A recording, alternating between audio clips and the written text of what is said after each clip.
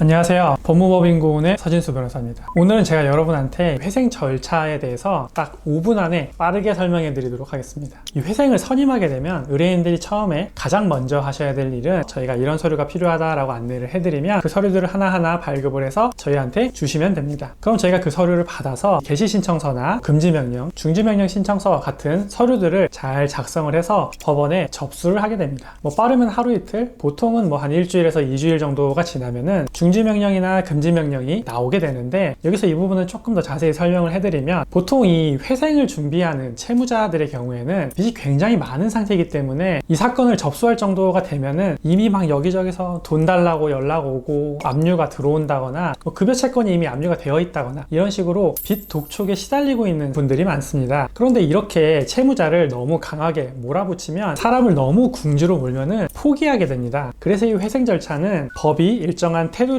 하나 만들어주고 그 안에 있는 채무자를 최소한의 생활은 유지할 수 있도록 이 절차가 진행되는 동안에는 채권자들의 압류나 추심이나 이런 걸 하지 마라. 그럼 채무자가 그 안에서 열심히 일을 한 다음에 급여를 받아가지고 최저생계비를 쓰고 나머지 돈을 성실하게 채권자들한테 변제를 할 수 있도록 도와주는 절차인 겁니다. 이렇게 해서 초반에 금지명령이나 중지명령을 받게 되면은 일정 시간이 지나고 나서는 이제 보정이 막 나오게 되는데, 보정이라는 거는 저희가 신청사건 접수를 하게 되면은 회생위원이 선임이 되는데, 이 회생위원 입장에서는 이 사건을 회생을 시켜줘도 되는 건지 고민을 하게 됩니다. 저희가 접수한 신청서를 꼼꼼하게 본 다음에 궁금한 것들이 생길 텐데, 보통의 경우에는 저희가 한 달에 100만 원씩 36개월 동안 변제를 하겠다라고 적었다면, 이분이 100만 원씩 꾸준하게 돈을 벌 수 있는 거는 맞는지 이거에 대해서 소명하라거나, 아니면 채무가 지금 1억이 있는데 이 채무는 어떤 경위에서 생긴 채무인지를 소명하라거나, 최근에 받은 대출 3천만 원이 있는데 이 대출 3천만 원 어디다 쓴 거냐 라거나,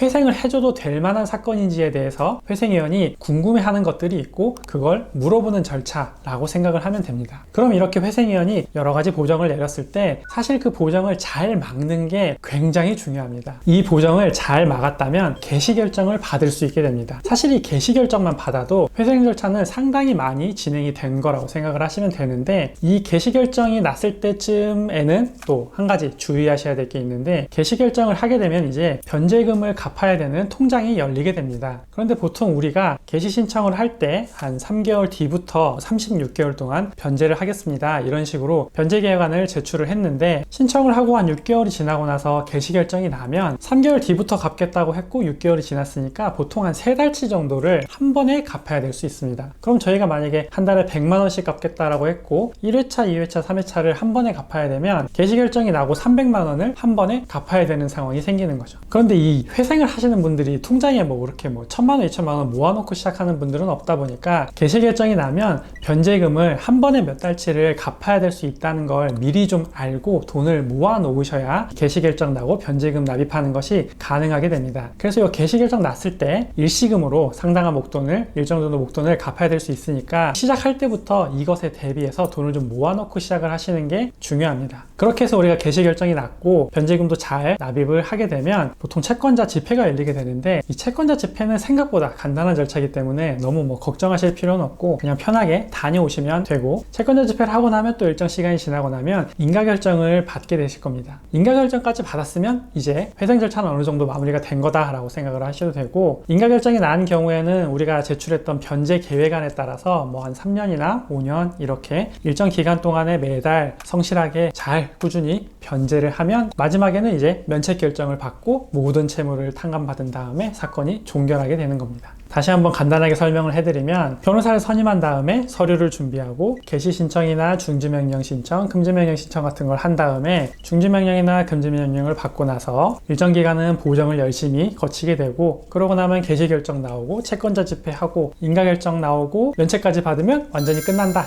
이런 절차인 겁니다. 제가 이런 식으로 딱 설명을 해드리면 생각보다 쉽다고 생각할 수도 있는데, 이게 혼자 진행하기에는 좀 어려운 절차이기 때문에 그래도 가능하면 회생 절차를 전문으로 하는 변호사님 찾아가지고 도움을 받아서 진행하시는 것을 좀 권해드리고, 지금 이 영상을 찾아보시는 정도라면은 아마 여러 가지 빚 때문에 좀 어려운 상황에 처해 있을 텐데, 그래도 희망 잃지 말고 회생 절차 잘 진행해서 인가 잘 받은 다음에 면책 될 수 있기를 바라면서 오늘 영상은 마치겠습니다. 감사합니다.